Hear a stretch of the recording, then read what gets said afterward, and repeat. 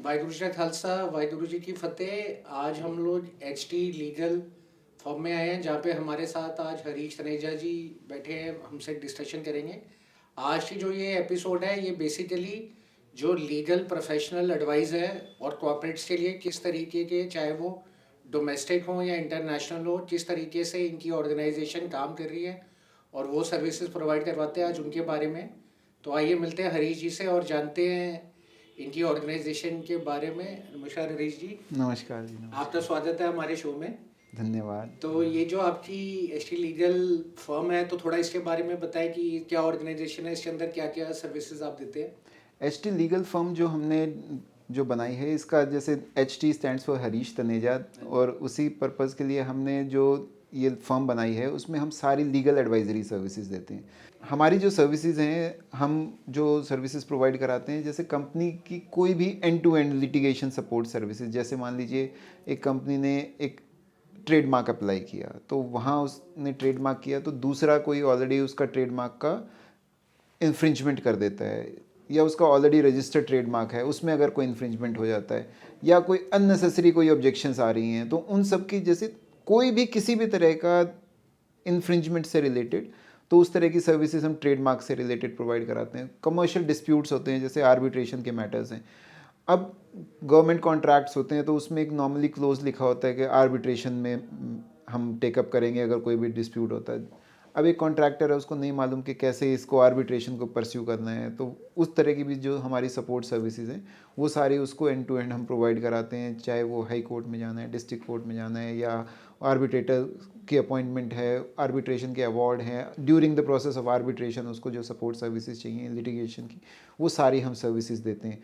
अब छोटे छोटे बिजनेसमैन होते हैं, उनके चेक बाउंस हो जाते हैं, तो वो चेक बाउंस के केसेस को कैसे टेकअप करना है, उनके साथ उनको आ जाता है बिलेबल वारंट। वारंट देखते ही उनके घर में आसपास मतलब जितना भी है वो माहौल थोड़ा सा डिस्टर्ब हो जाता है, तो उन चीज़ों को हम हैंडल करते हैं ताकि उनका पीस ऑफ माइंड बरकरार रहे। अगर कोई छोटा सा कॉन्ट्रैक्चुअल डिस्प्यूट है, मान लीजिए किसी ने मोबाइल दिया और वो मोबाइल डिफेक्टिव हो गया, तो अब उसके लिए कंज्यूमर फोरम जाना है। कुछ बड़े केसेस होते हैं, मान लीजिए एक किसी ने 50 लाख 1 करोड़ रुपए की चीज़ ली और उसमें डिस्प्यूट आ गया। जैसे बिल्डिंग्स में हम अपार्टमेंट्स लेते हैं, वहाँ कुछ डिस्प्यूट्स आ गए, तो बीइंग ए कंज्यूमर, तो कंज्यूमर फोरम की जो सर्विसेज हैं वो सब हम देते हैं। अब NCLT की अगर हम बात करें, DRT की बात करें, कमर्शियल कोर्ट्स की बात करें, MSME की बात करें, तो ये सारी सर्विसेज जो हैं विद रिस्पेक्ट टू लिटिगेशन हम प्रोवाइड कराते हैं।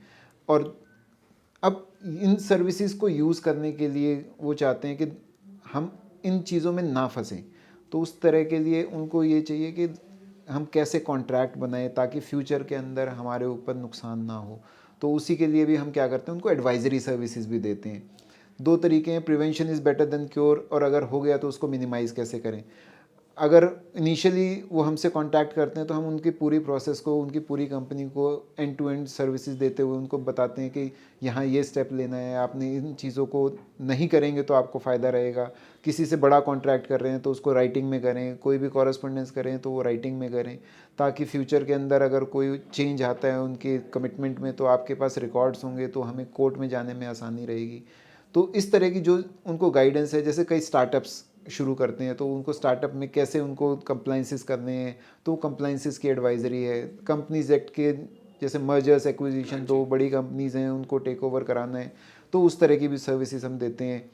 तो हम एक बुके जो कमर्शियल हम बोले ना कि विद रिस्पेक्ट टू बिजनेस, जितनी भी सर्विसेज हैं विद रिस्पेक्ट टू, अगर हम बात करते हैं NCLT है, DRT है, कमर्शियल कोर्ट्स हैं, या उनको लीगल ओपिनियंस चाहिए, तो हम वो सारी services under HT legal provide कराते हैं। बड़े सारे कॉर्पोरेट्स होते हैं जो गवर्नमेंट के प्रोजेक्ट्स करते हैं, बट उसके बाद उनकी जो पेमेंट्स हैं वहाँ फंस जाती हैं, रिकवरी नहीं हो पाती। हाँ तो जी। उस तरीके से वो कॉर्पोरेट्स को आप किस तरीके से असिस्ट कर सकते हैं।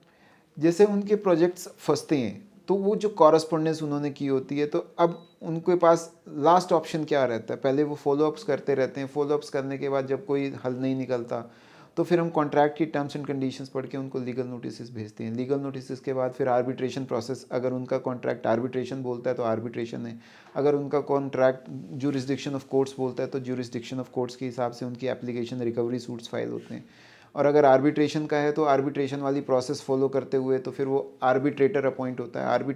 आर्बिट्रेशन जब वो प्रोसेस होता है उसमें सामने वाली पार्टी और हम दोनों मिलके एक मैकेनिज़्म ड्रॉ करते हैं और फिर जज उसके बेसिस पे क्लेम काउंटर क्लेम्स के बेसिस पे एक अवार्ड देता है। वो अवार्ड का अगर वो पार्टी एग्री कर जाती है, दोनों में से कोई भी पार्टी जिसके फेवर में अवार्ड आया है और सामने वाली पार्टी बोलती है yes I am ready to pay, तो वो कॉन्ट्रैक्ट कंप्लीट हो जाता है और वो केस जीत जाते हैं। अगर नहीं होता वो उसको चैलेंज करता है कि I am not happy with the award, तो फिर वो हाई कोर्ट जाता है। वो हाई कोर्ट में फिर उस अवार्ड को चैलेंज करता है। अगर वो नहीं जाता तो अब पैसा भी नहीं दिया सामने वाले ने और उसने चैलेंज भी नहीं किया, तो फिर एग्जीक्यूशन की एप्लीकेशन हम फाइल करते हैं ताकि उसको वो पैसा मिल सके। तो जैसे बड़े सारे इंटरनेशनली जब कंपनीज जाती है इंडिया से, तो उनके वहाँ पे अटॉर्नीज के बाद पूरा ऑफशोर लीगल कंप्लायंसेस और कंपनी फॉर्मेशन का काम होता है, जहाँ पे उनको टैक्स एडवाइजरी भी होती है।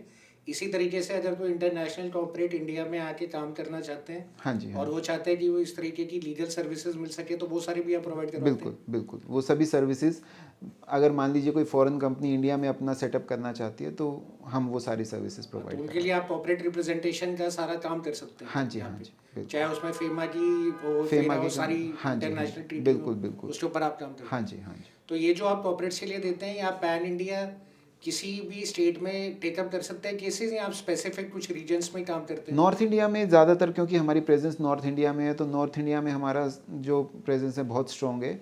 बट बाकी अगर हम बोलें तो पैन इंडिया में हमारे एसोसिएट्स हैं जो काम करते हैं हमारे साथ।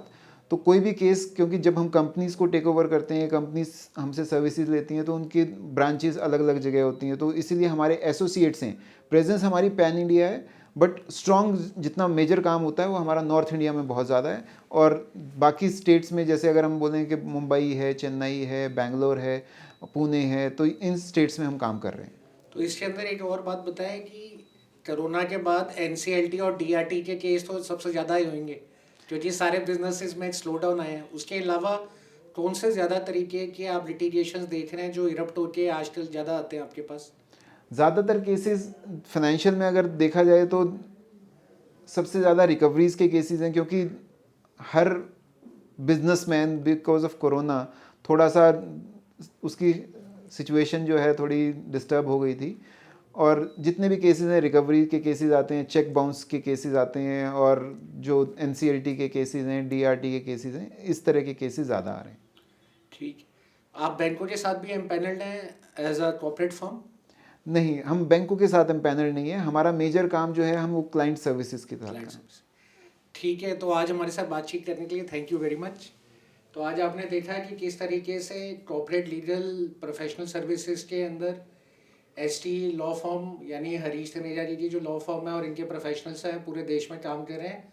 तो होपफुली अगर किसी को भी इस तरीके की रिक्वायरमेंट आती है तो वो एक तो इनसे संपर्क कर सकते हैं इनकी प्रोफेशनल एडवाइस के लिए, और जो इन्होंने इंपॉर्टेंट चीज़ें बताई कि अगर कहीं गवर्नमेंट की तरफ भी या ऐसे कहीं पे पेमेंट्स की रिकवरी का पार्ट है या कोई ऐसे कॉर्पोरेट डिस्प्यूट्स है उसके अंदर दे एक्सपर्टाइज, तो उसके लिए भी आप इनसे संपर्क कर सकते हैं। तो आज के लिए बस इतना ही। वाहिगुरु जी का खालसा, वाहिगुरु जी।